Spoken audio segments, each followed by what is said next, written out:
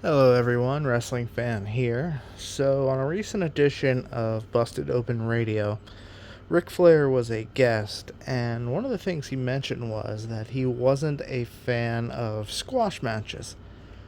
A squash match being a match where the wrestler who wins very quickly, convincingly, and very easily. The WWE used to have them back in the 90s, especially.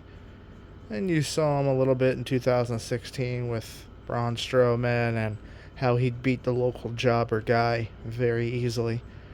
That's a squash match. Well, Ric Flair isn't a fan of them.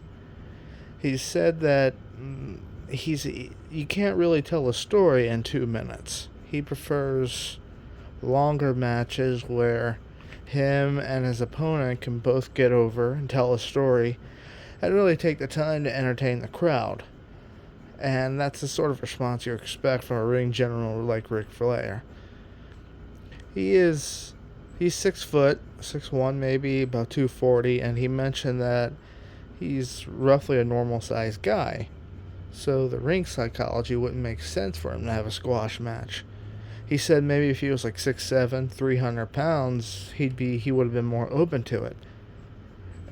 And when you think about it, the ability to go in, for him to go in there with any random wrestler in any random territory and go an hour long, like he often did, is the reason why he's considered the greatest in-ring performer by many of all time.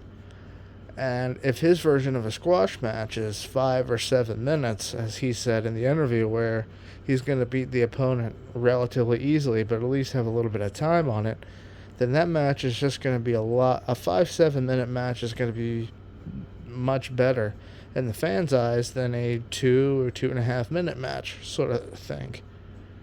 So I think that mindset of just not liking squash matches and wanting to always put in time and make it more meaningful, even with every opponent, lends to the credibility of how great Ric Flair is.